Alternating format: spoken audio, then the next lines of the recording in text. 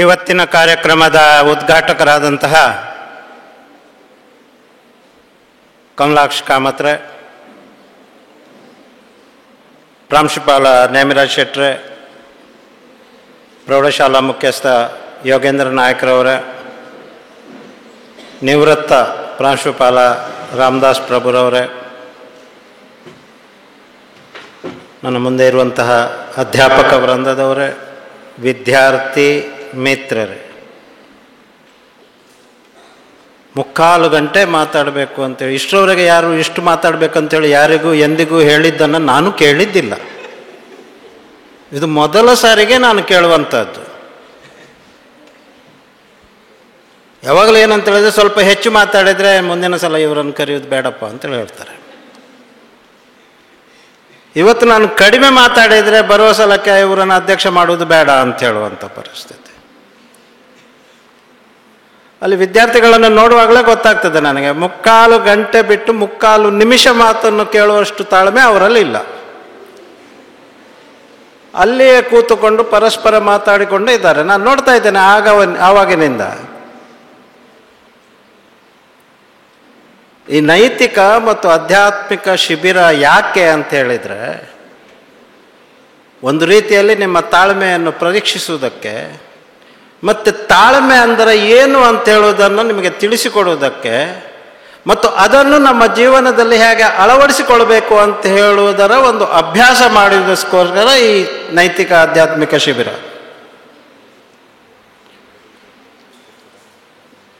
ಈ ಶಿಬಿರಕ್ಕೆ ಬರುವಾಗ ದೇವದಾಸರದ್ದು ಬಹಳ ನಿಯಮಾವಳಿಗಳು ಉಂಟಲ್ಲ, ಸಾಮಾನ್ಯವಾಗಿ ಅದನ್ನು ಫಾಲೋ ಮಾಡಲಿಕ್ಕೆ ಸ್ವಲ್ಪ ಕಷ್ಟ ಆಗ್ತದೆ. ಬರುವುದಕ್ಕೆ ಮೊದಲು ನನಗೆ ನಿನ್ನೆ ಫೋನ್ ಮಾಡಿ ಹೇಳಿದ್ದಾರೆ, ಸರ್ ಧೋತಿ ಉಟ್ಕೊಂಡು ಬರಬೇಕು ಅಂತ.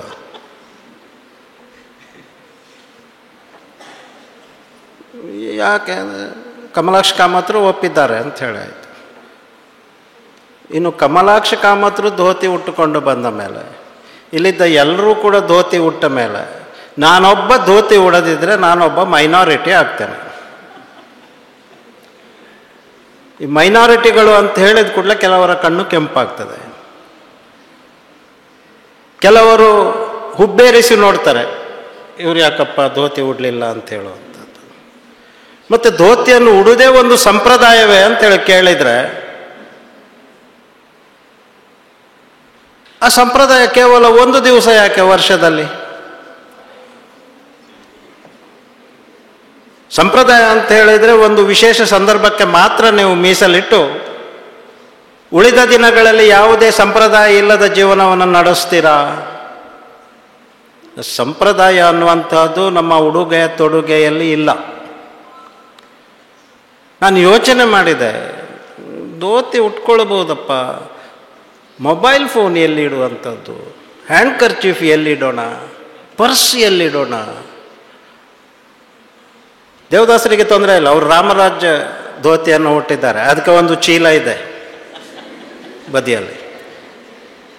ಅವರು ಮೊದಲೇ ನನಗೆ ಹೇಳ್ತಿದ್ರೆ, ನಾನು ಒಂದು ರಾಮರಾಜ ಧೋತಿಯನ್ನು ತಂದು ಅದನ್ನು ಉಟ್ಕೊಂಡು ಅದರ ಚೀಲದಲ್ಲಿ ಎಲ್ಲ ವಸ್ತುಗಳನ್ನು ಇಡಬಹುದಾಗಿತ್ತು. ಹೇಳೋದು, ಈ ಸಂಪ್ರದಾಯ ಅನ್ನುವಂಥದ್ದು ನಮ್ಮ ಮಾನಸಿಕ ಚಿಂತನೆಯಲ್ಲಿ ಇದೆ. ನಾವು ಯೋಚಿಸುವ ರೀತಿಯಲ್ಲಿ ಇದೆ ಸಂಪ್ರದಾಯ. ನಮ್ಮಲ್ಲಿ ನಾವು ಎಷ್ಟು ಜನ ಸಂಪ್ರದಾಯವನ್ನು ಅನುಸರಿಸ್ತೇವೆ, ನಮ್ಮ ಧರ್ಮದ ಸಂಪ್ರದಾಯವನ್ನು. ಈಗೀಗ ಕೆಲವೊಂದು ಧರ್ಮಗಳು ಸಂಪ್ರದಾಯ ಅಂತ ಹೇಳಿದ್ರೆ ಅತಿ ಸಂಪ್ರದಾಯಕ್ಕೆ ಹೋಗಿ ಸಾಮಾಜಿಕ ಜೀವನದಿಂದಲೇ ದೂರವಾಗುವಂತಹ ಪರಿಸ್ಥಿತಿಯ ನಿರ್ಮಾಣವನ್ನು ಮಾಡ್ತಾ ಇದ್ದಾರೆ. ನಾನು ಈ ಅತಿ ಸಂಪ್ರದಾಯವನ್ನು ಹೇಳುವಂಥದ್ದಲ್ಲ, ಸಾಮಾನ್ಯ ದೈನಂದಿನ ನಮ್ಮ ಜೀವನದಲ್ಲಿ ನಾವು ಅನುಸರಿಸಬೇಕಾದಂತಹ ಕೆಲವು ಆಚರಣೆಗಳು. ಬೆಂಗಳೂರಿನಲ್ಲಿ ನಾನು ಹೋದಾಗ ನಾನು ನೋಡುವಂಥದ್ದು ಈ ಜಯನಗರ, ಮಲ್ಲೇಶ್ವರಂ, ಅಲ್ಲಿ ಹೋಗುವಾಗ ಮನೆಯ ಗೇಟಿನ ಮುಂದೆ ಒಂದಷ್ಟು ಸಗಣಿ ಸಾರಿಸಿ ರಂಗೋಲಿಯನ್ನು ಹಾಕ್ತಾರೆ. ಕಮಲಾಕ್ಷ ಕಾಮತ್ರು ನೋಡಿರ್ಬೋದು ಬೆಂಗಳೂರಿನಲ್ಲಿ ರಂಗವಲ್ಲಿ. ಇದು ಯಾರಂತ ಹೇಳಿದರೆ ಈ ತಮಿಳರು ಮತ್ತು ತೆಲುಗರು ಅವರಿರುವಂತಹ ಮನೆಯ ಮುಂದುಗಡೆ ಸಾಮಾನ್ಯವಾಗಿ ಈ ರಂಗವಲ್ಲಿ ಇರ್ತದೆ. ಅಂದರೆ ನಮ್ಮಲ್ಲಿ ಏನಂತ ಹೇಳಿದರೆ ಹಿಂದಿನಿಂದಲೂ ನಡೆದು ಬಂದಂತಹ ಪದ್ಧತಿ ಏನಂತೇಳಿದ್ರೆ, ಹೊಸ್ತಿಲನ್ನು ತೊಳೆದು ಶುದ್ಧ ಮಾಡಿ ಬರುವವರನ್ನು ಸ್ವಾಗತಿಸುವ ಒಂದು ದೃಷ್ಟಿಯಿಂದ ಮನೆಯ ಸಿಂಗಾರ ಮನೆಯ ಮುಂದುಗಡೆ ಒಂದಷ್ಟು ರಂಗೋಲಿ ನಾವೆಲ್ಲಿ ಹಾಕ್ತೇವೆ. ರಂಗೋಲಿ ಹಬ್ಬದ ದಿವಸವೇ ಹಾಕೋದಿಲ್ಲ. ನಮ್ಮಲ್ಲಿ ಏನಂತ ಹೇಳಿದರೆ, ನಮ್ಮಲ್ಲಿ ನಮ್ಮ GSP ಅವರಲ್ಲಿ ಈ ಶ್ರಾವಣದಲ್ಲಿ ಚೂಡಿ ಪೂಜೆ ಅಂಥೇಳಿ ಮಾಡ್ತಾರೆ. ಆ ಸಂದರ್ಭದಲ್ಲಿ ಹೊಸ್ತಿಲಲ್ಲಿ ರಂಗೋಲಿಯನ್ನು ಬಿಡಿಸ್ತಾರೆ. ತುಳಸಿಯ ಎದುರಿನಲ್ಲಿ ಕೆಲವರು ಬಿಡಿಸ್ತಾರೆ, ಕೆಲವರು ಬಿಡಿಸೋದಿಲ್ಲ. ಆದರೂ ಕೂಡ ಆ ಸಂಪ್ರದಾಯ ಸ್ವಲ್ಪ ಆದರೂ ಉಳಿದುಕೊಂಡಿದೆ. ಕೆಲವೊಂದು ಕಡೆ ಅದು ಏನಂತ ಹೇಳಿದ್ರು ಒಂದು ಫ್ಯಾಷನ್ ಆಗಿಬಿಟ್ಟಿದೆ. ಇವತ್ತು ಚೂಡಿ ಪೂಜೆ ಅಂತೇಳಿದರೆ ಈ ಧಾರ್ಮಿಕ ಪ್ರಕ್ರಿಯೆ ಅಲ್ಲದೆ ಅದು ಒಂದು ತೋರ್ಪಡಿಕೆಗೆ ಮಾಡುವಂತಹ ಒಂದು ಸಂಪ್ರದಾಯವಾಗಿ ಬೆಳೆದಿದೆ. ಉದಯವಾಣಿಯಲ್ಲಿ ಅದರ ಫೋಟೋ, ಚೂಡಿ ಪೂಜೆಯ ಫೋಟೋ, ವಿವಿಧ ಬಣ್ಣದ ಸೀರೆ ಉಟ್ಟುಕೊಂಡು ಆ ಒಂದು ದಿವಸಕ್ಕೆ ಮಾತ್ರ ಚೂಡಿ ಪೂಜೆ ಉದಯವಾಣಿಯಲ್ಲಿ ಬರುವ ಸಂದರ್ಭಕ್ಕೆ ಮಾತ್ರ ವೈಶಿಷ್ಟ್ಯ. ಉಳಿದ ದಿನಗಳಲ್ಲಿ ಚೂಡಿ ಪೂಜೆ ಯಾವಾಗ ಮಾಡ್ತಾರೋ ಹೇಗೆ ಮಾಡ್ತಾರೋ ಗೊತ್ತಿಲ್ಲ. ಅದು ಕೂಡ ಹೇಗೆ ಅಂತ ಹೇಳಿದ್ರೆ, ಈ ಸಂಪ್ರದಾಯಗಳು ಬೆಳೆದು ಬಂದದ್ದು ಹೇಗೆ ಅಂತ ಹೇಳಿದರೆ, ನಾವು ನಮ್ಮ ಜೀವನವನ್ನು ನಡೆಸುವಂತಹ ಸಂದರ್ಭದಲ್ಲಿ ಪ್ರಕೃತಿಯು ನಮಗೆ ಒದಗಿಸಿಕೊಟ್ಟಂತಹ ಅನುಕೂಲತೆಗಳು, ಸೌಲಭ್ಯಗಳು, ಅದನ್ನು ಸ್ಮರಿಸುವಂತಹ, ಪೂಜಿಸುವಂತಹ ಒಂದು ವಿಶೇಷ ಸಂದರ್ಭ. ಶ್ರಾವಣ ಮಾಸ ಅಂತ ಹೇಳಿದ ಕೂಡಲೇ ಮಳೆಗಾಲ ಕಡಿಮೆಯಾಗಿ ಪ್ರಕೃತಿ ಒಂದು ರೀತಿಯಲ್ಲಿ ಹಸುರಿನಿಂದ ನಳನಳಿಸಿ ಹೂ, ತರಕಾರಿ ಇತ್ಯಾದಿಗಳನ್ನು ನಾವು ಕಾಣುವಂತಹ ಸಂದರ್ಭ. ಕೆಲವೊಂದು ವಿಶೇಷವಾದಂತಹ ಸಸ್ಯಗಳು ಮಳೆಗಾಲದಲ್ಲಿ ಮಾತ್ರ ಹುಟ್ಟಿ ಮಳೆಗಾಲ ಮುಗಿಯುವಾಗ ತಾವು ಸಾಯುವಂತಹ ಕೆಲವು ವಿಶೇಷವಾದಂತಹ ಕೆಲವು ಸಸ್ಯಗಳು, ಈ ಕಾಗೆ ಕಣ್ಣು, ಆಮೇಲೆ ಹುಲಿ ಉಗುರು ಇತ್ಯಾದಿ ಇತ್ಯಾದಿ ಕೆಲವೊಂದು ಸಣ್ಣ ಸಣ್ಣ ಸಸ್ಯಗಳೆಲ್ಲ ನಮ್ಮ ಮನೆಯ ಹಿತ್ತಲಲ್ಲಿ ಬೆಳೆದಂಥದ್ದನ್ನು ಅದನ್ನು ಒಂದು ಸಣ್ಣ ಸೂಡಿಯ ಹಾಗೆ ಕಟ್ಟಿ ಅದರಲ್ಲಿ ಹೂವನ್ನಿಡುವಂಥದ್ದು ಎಲ್ಲ ಪ್ರಕೃತಿಯಲ್ಲಿ ನೈಜವಾಗಿ ಬೆಳೆಯುವಂತಹ ಸಸ್ಯಗಳನ್ನಿಟ್ಟುಕೊಂಡು. ಇವತ್ತು ಚೂಡಿ ಪೂಜೆ ಅಂತೇಳಿದರೆ ಏನಂತ ಹೇಳಿದ್ರೆ, ಹೂವಿನ ಅಂಗಡಿಗೆ ಹೋಗಿ ಚೂಡಿಗೆ ಆಗುವಂಥ ಹೂ ಕೊಡಿ ಅಂತೇಳಿ ಅವ ಒಂದಿಷ್ಟು ಮಾಲೆ ಕಟ್ಟಲಿಕ್ಕೆ ಆಗದೇ ಇರುವಂಥ ಹೂಗಳ ಒಂದು ರಾಶಿ ಒಂದು ತೊಟ್ಟೆಯಲ್ಲಿ ಕಟ್ಟಿ 25 ರೂಪಾಯಿ ಕೊಡಿ ಅಂಥೇಳಿ ತಗೊಳ್ತಾನೆ. ಅಂದರೆ ಇವತ್ತು ಸಂಪ್ರದಾಯ ಏನಾಗಿದೆ ಅಂತ ಹೇಳಿದರೆ, ನಮ್ಮ ಅನುಕೂಲತೆಗೆ ಅನುಗುಣವಾಗಿ ಆಚರಿಸುವಂತಹ ಒಂದು ಆಚರಣೆಯಾಗಿ ಬಂದಿದೆ ಇವತ್ತು.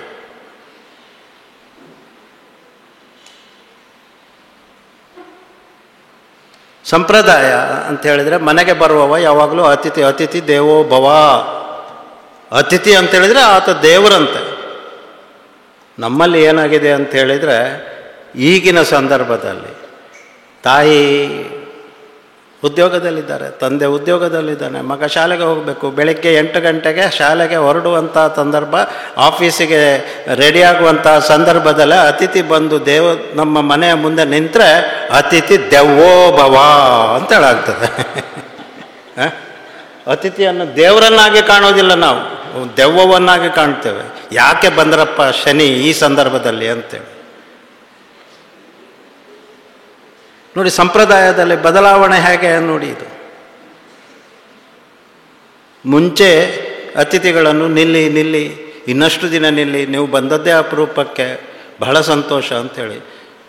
ನಮ್ಮಲ್ಲಿ ಹೇಗೆ ಅಂತೇಳಿ 2 ದಿವಸ 3ನೇ ದಿವಸ ನೀವು ಯಾವಾಗ ಹೋಗುವಂಥದ್ದು ಅಂಥೇಳಿ ಪ್ರಶ್ನೆ. ಹೋಗ್ಬೇಕಂತೇಳಿ ಅಲ್ಲ, ನಾನು ಕೇಳಿದ್ದು. ಯಾಕಂತೇಳಿದರೆ ಇವತ್ತೆಲ್ಲ ಟಿಕೆಟ್ ಎಲ್ಲ ಸಿಗೋದು ಭಾಳ ಕಷ್ಟ ಅಲ್ಲ, ರಿಸರ್ವೇಷನ್ ಮೊದಲೇ ಆಗಬೇಕಾಗ್ತದೆ. ಹಾಗೆ ಏನಾದರೂ ಮೊದಲೇ ರಿಸರ್ವೇಷನ್ ಮಾಡಿದ್ದೀರಾ ಅಂತೇಳಿ ಕೇಳಿದ್ದು ಅಂತ.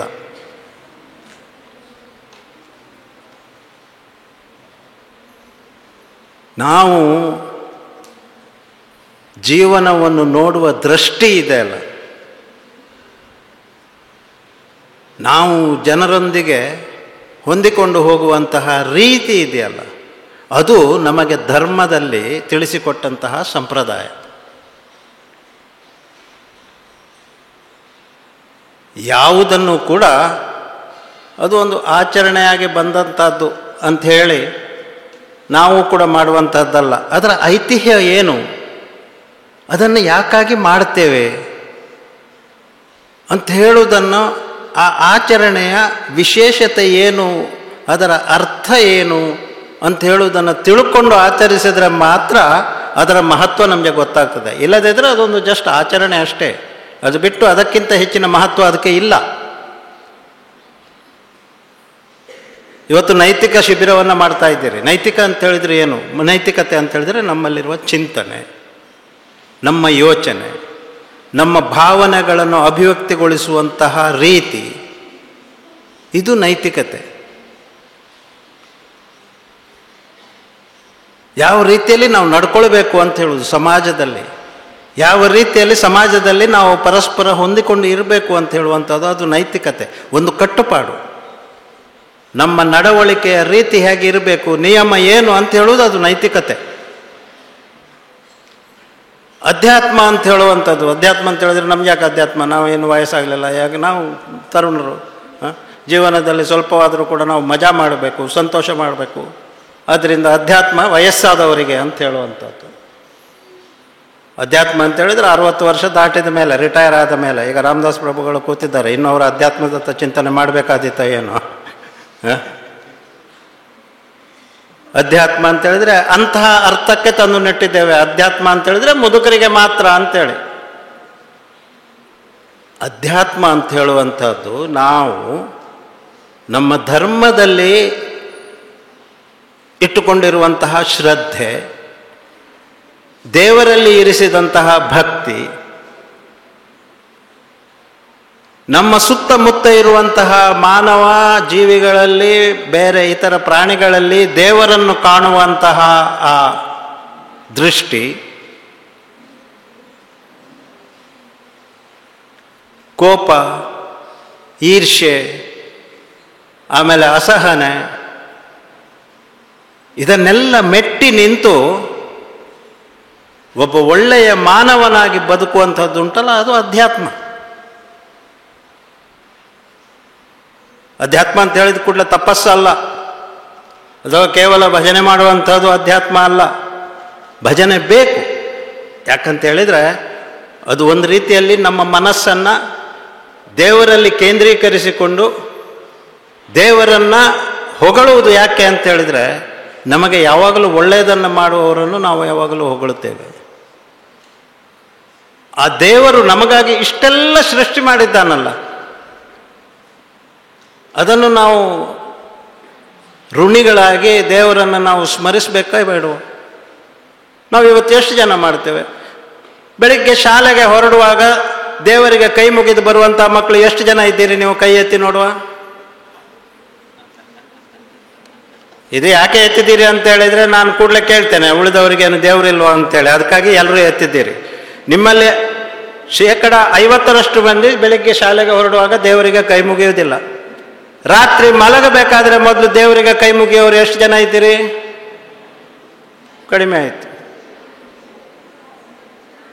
ಯಾಕಂತ ಹೇಳಿದ್ರೆ ಬೆಳಗ್ಗೆ ಶಾಲೆಗೆ ಬರುವಾಗಾದರೂ ದೇವರೇ, ಈ ದಿವಸ ನನಗೆ ಅಧ್ಯಾಪಕರು ಯಾರು ಬೈಬಾರದು, ನಾನು ಹೋಮ್ವರ್ಕ್ ಮಾಡಲಿಲ್ಲ, ಆದ್ದರಿಂದ ಟೀಚರ್ ನನ್ನ ಹೋಮ್ವರ್ಕನ್ನು ಇವತ್ತು ನೋಡಬಾರದು, ಯಾವುದೇ ರೀತಿಯಲ್ಲಿ ನನ್ನ ಶಾಲೆಯಲ್ಲಿ ನನಗೆ ಏನೂ ಕಷ್ಟ ಬರಬಾರದು ಸ್ವಾಮಿ ದೇವರೇ, ಇಷ್ಟನ್ನು ಮಾಡುವಂಥೇಳಿ ಕೈ ಮುಗುವಂಥದ್ದು. ರಾತ್ರಿ ಆಗುವಾಗ ನೀವು ಹೇಳಿದ್ದೆಲ್ಲ ಆಗಿದೆ, ಇನ್ನು ದೇವರು ಯಾಕೆ?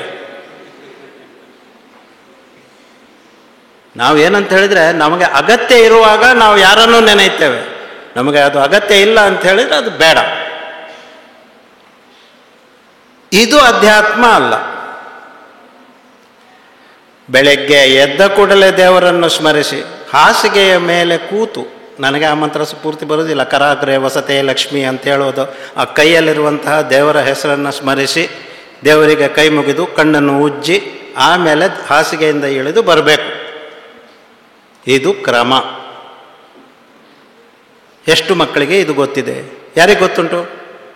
ಕರಾಗರೆ ವಸತೆ ಲಕ್ಷ್ಮಿ, ನನಗೆ ಆ ಮಂತ್ರ ಪೂರ್ತಿ ಬರೋದಿಲ್ಲ, ಆದರೂ ನಾನು ಉಪದೇಶ ಕೊಡ್ತಾ ಇದ್ದೇನೆ. ಯಾಕಂತ ಹೇಳಿದ್ರೆ ನಾನು ಮಾಡದ್ದನ್ನು ನೀವಾದರೂ ಮಾಡಿ ಅಂತ ಹೇಳುವ ದೃಷ್ಟಿಯಿಂದ. ನೋಡಿ, ಇದೆಲ್ಲ ಸಂಪ್ರದಾಯಗಳನ್ನು ನಾವು ಮಾಡದೇ ಇದ್ದರೆ ಏನು ಪ್ರಯೋಜನ? ಕೇವಲ ಪುಸ್ತಕದಲ್ಲಿರುವಂತಹ ಭೂಗೋಳ, ಇತಿಹಾಸ, ಆಮೇಲೆ biology, zoology, physics, chemistry, mathematics. ನಮಗೆ ಇದೇ ಈಗ ವೇದ, ಉಪನಿಷತ್ತು ಎಲ್ಲ ಆಗಿಬಿಟ್ಟಿದೆ. ಹೆತ್ತವರು ಕೂಡ ಇವತ್ತು ಬೆಳಿಗ್ಗೆ ಎದ್ದ ಕೂಡಲೇ ಮಕ್ಕಳಿಗೆ ಕೇಳುವಂಥದ್ದು, ದೇವರಿಗೆ ಕೈ ಮುಗಿದಿದೆಯಾ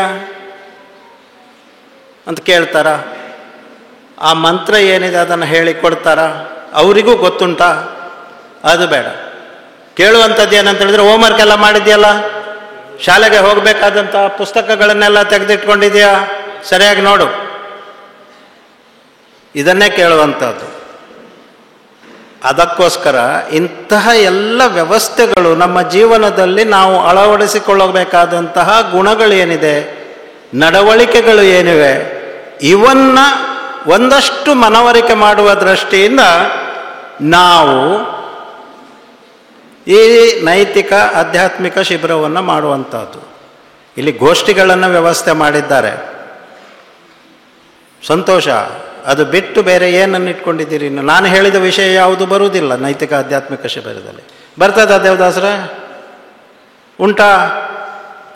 ಗೋಷ್ಠಿಗಳನ್ನು ಮಾಡಿ ಏನು ಪ್ರಯೋಜನ ನಾನು ಕೇಳುವಂಥದ್ದು. ವಿಷಯವನ್ನು ಕೇಳ್ತಾರೆ ಮಕ್ಕಳು, ಕೇಳಿದ ಮೇಲೆ ಅದನ್ನು ಮತ್ತೆ ಶಿಬಿರ ಮುಗಿದು ಮನೆಗೆ ಹೋಗುವಾಗ ಮರೆತು ಬಿಟ್ಟಿರ್ತಾರೆ. ಮತ್ತೆ ಆಧ್ಯಾತ್ಮಿಕ ಮತ್ತು ನೈತಿಕ ವಿಷಯ ನೆನಪಿಗೆ ಬರುವುದು ಮುಂದಿನ ವರ್ಷ ನವೆಂಬರ್ ತಿಂಗಳಲ್ಲಿ ನಾವು ಮತ್ತೊಂದು ಆಧ್ಯಾತ್ಮಿಕ ಶಿಬಿರವನ್ನು ಮಾಡಿದಾಗ ಅಷ್ಟೇ. ನಾನು ಹೇಳುವಂಥದ್ದು, ನಮ್ಮ ದೈನಂದಿಕ ಜೀವನದ ಕೆಲವೊಂದು ಅಭ್ಯಾಸಗಳು, ನಾನು ಹೇಳುವುದು ಇದರಲ್ಲಿ ಜಾತಿ ಮತ ಇಲ್ಲ, ಯಾವ ಧರ್ಮದವರೇ ಆಗಲಿ, ನಾನು ಹೇಳುವಂಥದ್ದು ಎಲ್ಲರೂ ಕೂಡ ಕರಾಗ್ರೆ ವಸತೆ ಲಕ್ಷ್ಮಿ ಹೇಳಬೇಕಾಗಿಲ್ಲ, ಅಥವಾ ಕಲ್ಯಾಣ ಅದ್ಭುತ ಗಾತ್ರಾಯ ಮಾಮಿತಾತ್ಪದಾಯನೆ, ಇದನ್ನು ಪ್ರತಿಯೊಬ್ಬರು ಹೇಳಬೇಕು. ಆಯಾಯ ಧರ್ಮದವರು ಆಯಾಯ ಧರ್ಮದ ಮಂತ್ರಗಳಲ್ಲದಿದ್ದರೆ ವಿಶೇಷ ನುಡಿಗಳನ್ನು ಭಕ್ತಿಪೂರ್ವಕವಾಗಿ ನೆನಪಿಸಿಕೊಂಡು ಅದನ್ನು ಹೇಳುವಂಥದ್ದು, ಮೌನವಾಗಿದ್ದುಕೊಂಡು ದೇವರಲ್ಲಿ ತಮ್ಮ ಮನಸ್ಸನ್ನು ಕೇಂದ್ರೀಕರಿಸಿ ಧ್ಯಾನವನ್ನು ಮಾಡುವಂಥದ್ದು. ಪ್ರತಿ ಧರ್ಮದವರು ಇದನ್ನು ಮಾಡಬಹುದು, ಮಂತ್ರವನ್ನೇ ಹೇಳಬೇಕಾಗಿಲ್ಲ. ಇಲ್ಲಿ ಆಧ್ಯಾತ್ಮಿಕ ಶಿಬಿರದಲ್ಲಿ ವಿವಿಧ ಧರ್ಮದವರು ಇರ್ಬೋದು ಮಕ್ಕಳು. ಅವರವರ ಧರ್ಮಕ್ಕೆ ಅನುಸಾರವಾಗಿ ಅವರವರು ಪ್ರಾರ್ಥನೆಯನ್ನು ಮೌನವಾಗಿ ದೇವರಲ್ಲಿ ಮನಸ್ಸನ್ನು ಕೇಂದ್ರೀಕರಿಸಿ ಮಾಡುವಂತಹದ್ದನ್ನು ಆಧ್ಯಾತ್ಮಿಕ ಶಿಬಿರದಲ್ಲಿ ಕಲಿಸಬೇಕು.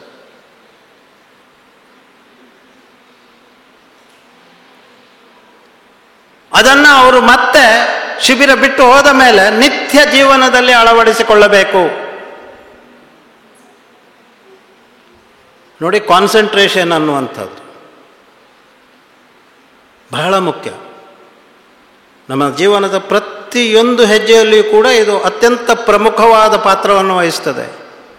ಒಂದು ವಿಷಯದ ಬಗ್ಗೆ ಯೋಚನೆ ಮಾಡಬೇಕಾದ್ರೆ ಕಾನ್ಸಂಟ್ರೇಷನ್ ಬೇಕು. ಮನಸ್ಸನ್ನು ಆ ವಿಷಯದ ಮೇಲೆ ಕೇಂದ್ರೀಕರಿಸಿ ಯೋಚನೆ ಮಾಡಿದರೆ ಅನೇಕ ವಿಚಾರಗಳು ನಮ್ಮ ಮನಸ್ಸಿನಲ್ಲಿ ಹೊಳೆಯುತ್ತವೆ. ಒಂದು ಸಮಸ್ಯೆ ಇದ್ದರೆ ಅದರ ಬಗ್ಗೆ ಮನಸ್ಸನ್ನು ಕೇಂದ್ರೀಕರಿಸಿ ನಾವು ಯೋಚನೆ ಮಾಡಿದರೆ ಆ ಸಮಸ್ಯೆಗೆ ಪರಿಹಾರ ಏನು ಅಂತ ಹೇಳುವುದರ ಬಗ್ಗೆ ನಮಗೆ ಹೊಸ ವಿಚಾರಗಳು ಹೊಳೆಯುತ್ತವೆ. ಒಂದು ಮ್ಯಾಥಮ್ಯಾಟಿಕ್ಸ್, ಒಂದು ಸಬ್ಜೆಕ್ಟ್, ಒಂದು ಪ್ರಾಬ್ಲಮ್ ನೀವು ಅಲ್ಲಿ ಬಿಡಿಸ್ತಾ ಇದ್ರೆ ಅದು ಸ್ವಲ್ಪ ಕಷ್ಟ ಆಯಿತು ಅಂತ ಹೇಳಿದ್ರೆ ಒಂದಷ್ಟು ಹೊತ್ತು ಆಲೋಚನೆ ಮಾಡಿ ದೀರ್ಘವಾಗಿ ನೀವು ಮನಸ್ಸಿನಲ್ಲಿ ಅದನ್ನು ಕೇಂದ್ರೀಕರಿಸಿಕೊಂಡು ಇದು ಹೇಗೆ ಏನು ಅಂತ ಹೇಳುವಂಥದ್ದನ್ನು ಯೋಚನೆ ಮಾಡ್ತಾ ಹೋದರೆ ಅದಕ್ಕೆ ಬೇಕಾದಂತಹ ಸಮಸ್ಯೆಯ ಸುಲಭ ಪರಿಹಾರ ನಿಮಗೆ ಮನಸ್ಸಿಗೆ ಹೊಳೆಯುತ್ತದೆ. Very important concentration. ಮನಸ್ಸನ್ನು ನೋಡಿ, ಕೆಲವರು ಇದ್ದಾರೆ ಯಾವ ರೀತಿಯಲ್ಲಿ ಮನಸ್ಸನ್ನು ಕೇಂದ್ರೀಕರಿಸ್ತಾರೆ, ಸುತ್ತ ಏನೇ ನಡೀತಾ ಇರಲಿ ಅವರ ಮನಸ್ಸು ಒಂದು ಸಲ ಒಂದು ಕಡೆ ಕೇಂದ್ರೀಕೃತವಾಗಿದ್ದರೆ ಸುತ್ತ ನಡೆಯುವಂಥ ಯಾವುದೇ ಕ್ರಿಯೆ ಪ್ರತಿಕ್ರಿಯೆಗಳು ಅವರನ್ನು ಯಾವುದೇ ರೀತಿಯಲ್ಲಿ ತೊಂದರೆಗೊಳಪಡಿಸುವುದಿಲ್ಲ, ಅವರ ಮನಸ್ಸನ್ನು ವಿಚಲಿತಗೊಳಿಸುವುದಿಲ್ಲ. Concentration very important. ಹೇಗೆ ಮನಸ್ಸನ್ನು ಕೇಂದ್ರೀಕರಿಸುವುದು, ಇದರ ಬಗ್ಗೆ ಯೋಚನೆ ಮಾಡಿ. ಮನಸ್ಸು ಅಂತ ಹೇಳೋದು ಮರ್ಕಟ ಅಂತೆ. ಮನಸ್ಸು ಹುಚ್ಚು. ಅದು ಕಂಡ ಕೂಡಲೇ ಅದು ಭಾಳ ಚೆನ್ನಾಗುಂಟು, ಅದು ನನಗೆ ಬೇಕು, ಇದು ನೋಡಿದ ಕೂಡಲೇ ಇದಾಗಬೇಕು. ಈ ಮನಸ್ಸನ್ನು ಹದ್ದು ಬಸ್ತಿನಲ್ಲಿ ಇಡುವುದಕ್ಕೋಸ್ಕರ ಈ ಕಾನ್ಸಂಟ್ರೇಷನ್ ಬಹಳ ಅಗತ್ಯ. ವಿದ್ಯಾರ್ಥಿಗಳಾದ ನೀವು, ನಿಮ್ಮ ಮನಸ್ಸು ಬಹಳ ಚಂಚಲ. ನೀವು ಕ್ಲಾಸಿನಲ್ಲಿ ಪಾಠ ಓದ್ತಾ ಇದ್ರೆ, ಅಧ್ಯಾಪಕರು ಪಾಠ ಮಾಡ್ತಾ ಇದ್ರೆ ನಿಮ್ಮ ಮನಸ್ಸು ಎಲ್ಲಿರ್ತದೆ ಅಂತ ಹೇಳಿದರೆ, ಕಿಟಕಿ ಹೊರಗೆ ಒಂದು ಹಕ್ಕಿ ಆ ಮರದ ಗೆಲ್ಲಿನಲ್ಲಿ ಬಂದು ಕೂತ್ಕೊಳ್ಳುವಂಥದ್ದು, ಅಲ್ಲಿಂದ ಹಾರಿ ಹೋಗುವಂಥದ್ದು, ಅಥವಾ ಹೊರಗೆ ವರಾಂಡದಲ್ಲಿ ಯಾರೋ ಆಚೆ ಈಚೆ ಓಡಿದಂಥದ್ದು, ಇದರತ್ತ ನಿಮ್ಮ ಗಮನ ಹೋಗ್ತದೆ ವಿನ ಪಾಠವನ್ನು ಮಾಡುವಂತಹ ಅಧ್ಯಾಪಕರತ್ತ ನಿಮ್ಮ ಗಮನ ಇರುವುದಿಲ್ಲ. ನೀವು ಭೌತಿಕವಾಗಿ ಕ್ಲಾಸಿನಲ್ಲಿ ಪ್ರೆಸೆಂಟ್ ಇದ್ದೀರಿ, ಆದರೆ ಮಾನಸಿಕವಾಗಿ ನೀವು ಎಲ್ಲೆಲ್ಲೋ ಇದ್ದೀರಿ. ಕೆಲವರು ಅಮೆರಿಕದವರೆಗೂ ಹೋಗಿ ಬರ್ತಾರೆ ಕ್ಲಾಸ್ನಲ್ಲಿ ಕೂತೆ. ಅಂದರೆ ಮನಸ್ಸು ಎಲ್ಲೆಲ್ಲಿಗೂ ಓಡ್ತದೆ. ಯಾಕಂತ ಹೇಳಿದ್ರೆ ಹಿಂದೆ ಮಹಾಭಾರತದಲ್ಲಿ ಹೇಳ್ತಾರೆ,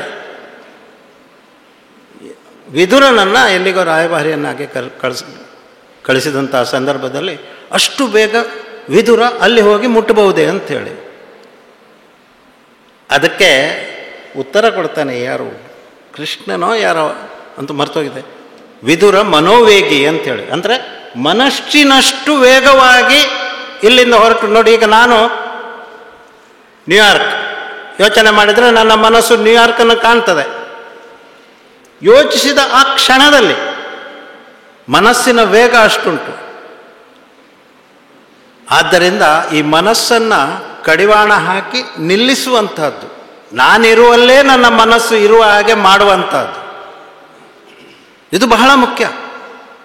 ವಿದ್ಯಾರ್ಥಿಗಳಾದ ನೀವು ಇದಕ್ಕೆ ಹೆಚ್ಚಿನ ಪ್ರಯತ್ನವನ್ನು ಮಾಡಬೇಕು. ಮನಸ್ಸನ್ನು ಹದ್ದುಬಸ್ತಿನಲ್ಲಿ ಇಡುವಂಥದ್ದು, ನಮ್ಮ ನಿಯಂತ್ರಣದಲ್ಲಿ ಮನಸ್ಸನ್ನು ಇಡುವಂಥದ್ದು ಬಹಳ ಅಗತ್ಯ ಬೀಳ್ತದೆ. ಇಲ್ಲದಿದ್ದರೆ ಏನಾಗ್ತದೆ ಅಂತ ಹೇಳಿದರೆ, ನಾವು ಜೀವನದಲ್ಲಿ ಯಶಸ್ಸನ್ನು ಕಾಣುವುದು ಬಹಳ ಕಷ್ಟ ಆಗ್ತದೆ. ಜೀವನದಲ್ಲಿ ಯಶಸ್ಸನ್ನು ಕಾಣಬೇಕಾದ್ರೆ ನಮ್ಮ ಮನಸ್ಸು, ಮಿದುಳು, ಚಿಂತನೆ, ಯೋಚನೆ, ಆಲೋಚನೆ ಎಲ್ಲವನ್ನು ಕೂಡ ನಿಯಂತ್ರಣದಲ್ಲಿಟ್ಟುಕೊಂಡು ನಾವು ನಿರ್ದೇಶಿಸಿದ ದಿಕ್ಕಿನಲ್ಲಿ ನಮ್ಮ ಯೋಚನೆಗಳು ಹೋಗುವ ಹಾಗೆ ಮಾಡುವಂತಹದ್ದು ಬಹಳ ಅಗತ್ಯ.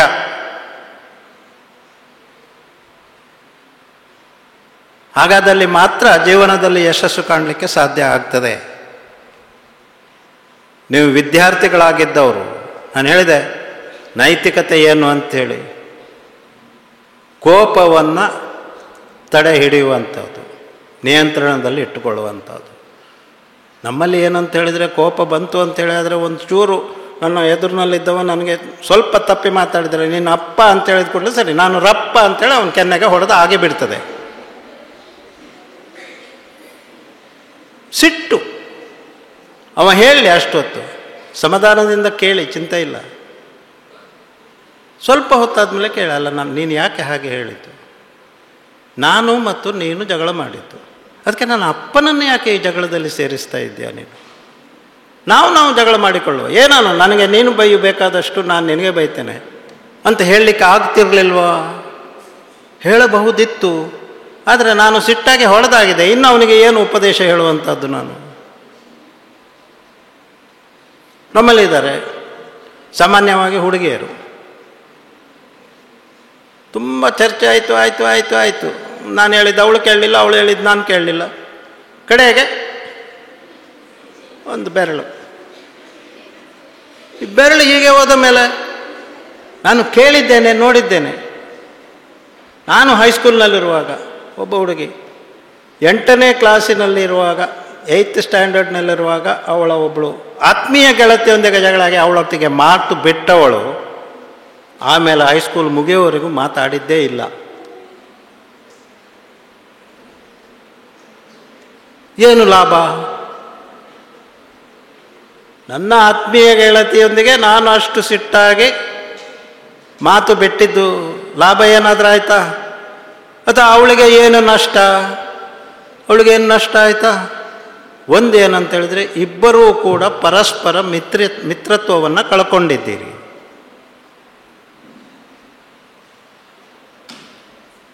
ಒಬ್ಬ ಒಳ್ಳೆಯ ಗೆಳತಿಯನ್ನು ಕಳ್ಕೊಳ್ಳೋದು ಅಂತ ಹೇಳಿದ್ರೆ ಸುಲಭ, ಮತ್ತೆ ಗೆಳೆತನ ಗಳಿಸಲಿಕ್ಕೆ ಎಷ್ಟು ಕಷ್ಟ ಉಂಟು, ಈ ಬಗ್ಗೆ ನಾವು ಯೋಚನೆ ಮಾಡ್ತೇವ?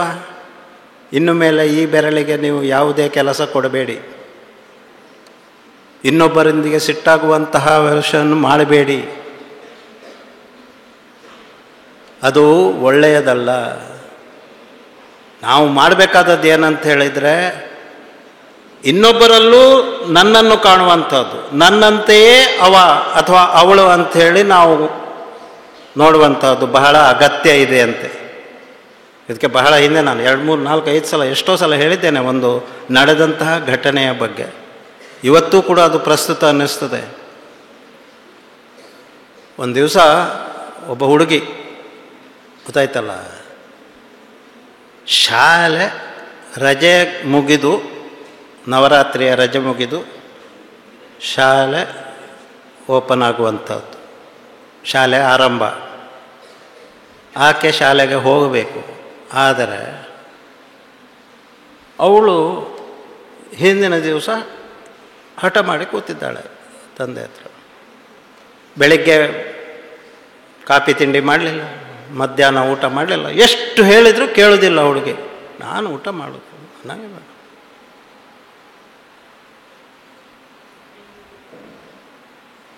ಕಡೆಗೆ ಯಾಕಪ್ಪ ಹೀಗೆ ಹಠ ಮಾಡ್ತಾ ಇದ್ದಿ ನೀನು?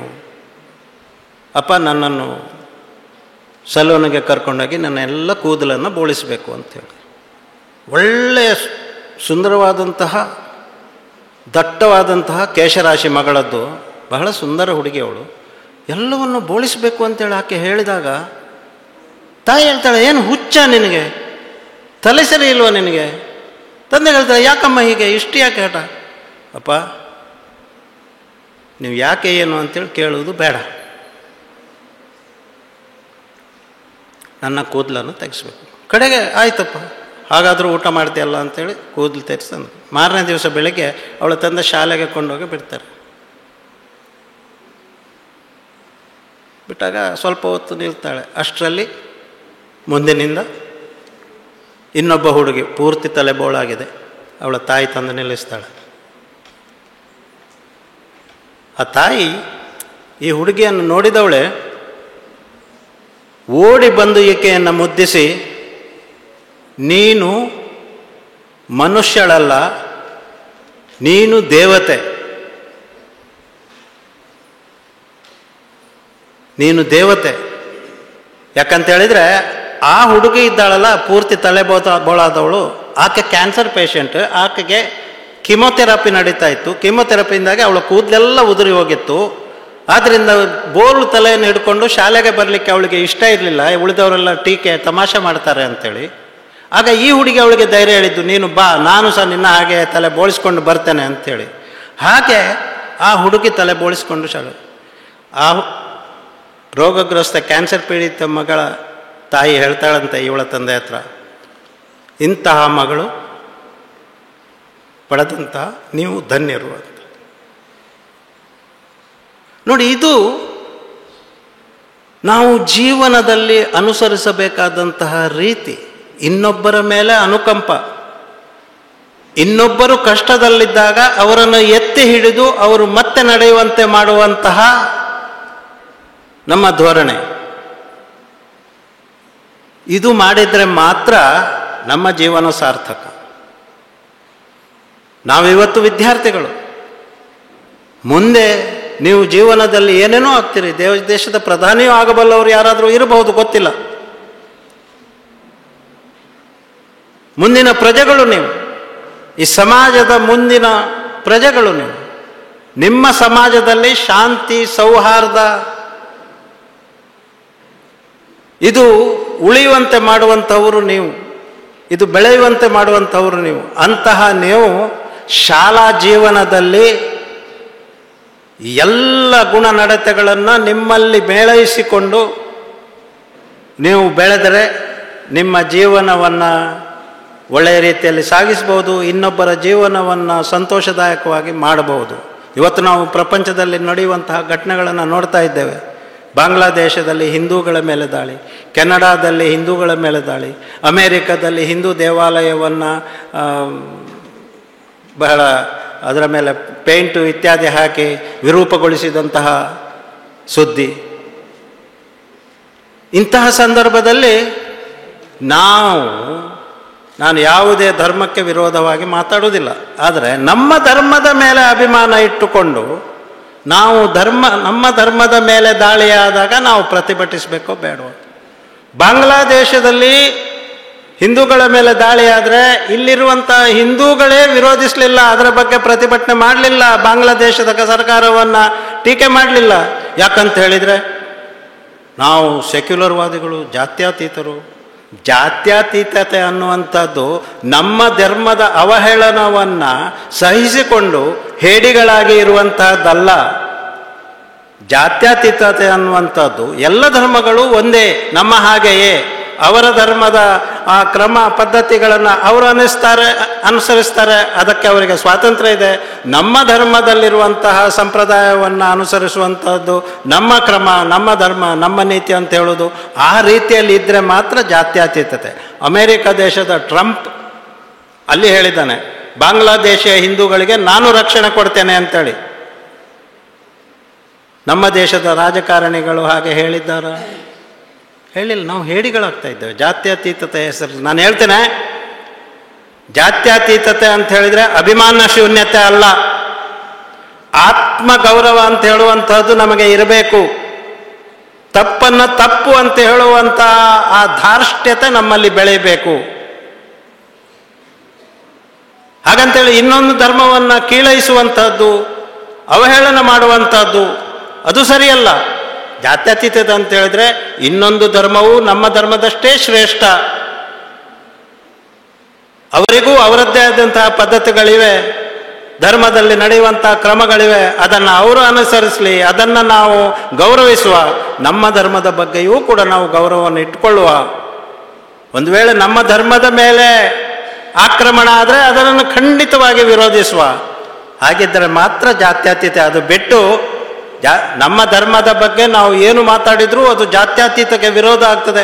ನಾನು ನೋಡಿದ ಸುಪ್ರೀಂ ಕೋರ್ಟ್ನ ಮುಖ್ಯ ನ್ಯಾಯಾಧೀಶರು ಗಣಪತಿ ಪೂಜೆಯನ್ನು ಮಾಡಿ ಚೌತಿಯ ಸಂದರ್ಭದಲ್ಲಿ ಪ್ರಧಾನಿಯವರನ್ನು ಅವರ ಮನೆಗೆ ಕರೆಸಿದಾಗ ನಮ್ಮ ವಿರೋಧ ಪಕ್ಷದ ನಾಯಕರು, ಹಿಂದೂ ಧರ್ಮದವರು, ನಾವು ಕೂಡ ಹಿಂದೂಗಳು, ನಮಗೂ ದೇವರಿದ್ದಾನೆ ಅಂತೇಳಿ ಹೇಳುವವರು ಅದರ ಬಗ್ಗೆ ಟೀಕೆ ಮಾಡಿದ್ದಾರೆ. ಇದು ಖಂಡಿತಕ್ಕೂ ಜಾತ್ಯತೀತತೆ ಅಲ್ಲ. ಇದನ್ನು ನಾವು ತಿಳ್ಕೊಳ್ಬೇಕು. ವಿದ್ಯಾರ್ಥಿಗಳಾದವರು ನಾವು ತಿಳ್ಕೊಳ್ಬೇಕು. ಧರ್ಮ ಅಂದರೇನು, ಅನ್ಯ ಧರ್ಮ ಸಹಿಷ್ಣುತೆ ಅಂತ ಹೇಳಿದ್ರೆ ಏನು, ಜಾತ್ಯತೀತತೆ ಅನ್ನುವಂತ ಹೇಳೋದು. ಜಾತ್ಯತೀತತೆ ಅಂತ ಹೇಳಿದ್ರೆ ಜಾತಿ ಭ್ರಷ್ಟತೆ ಅಲ್ಲ.